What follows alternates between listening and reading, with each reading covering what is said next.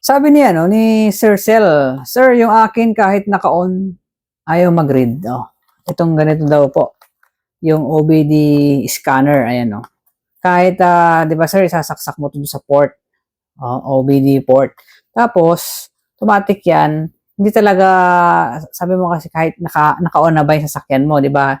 Kasi pagka hindi naka-on yung sasakyan, hindi talaga ano, magre-read ito, fail to connect, nakalalabas diyan.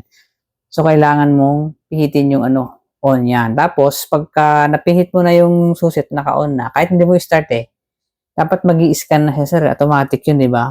Yung sa video ko, may lalabas. Hindi ko lang may saksak ngayon kasi nandito ako sa ano, ayan.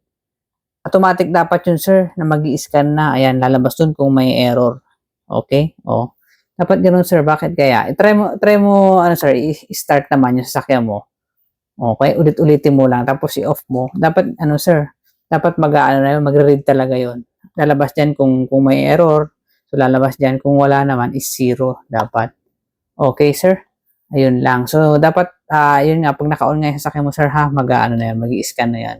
Sir Cell.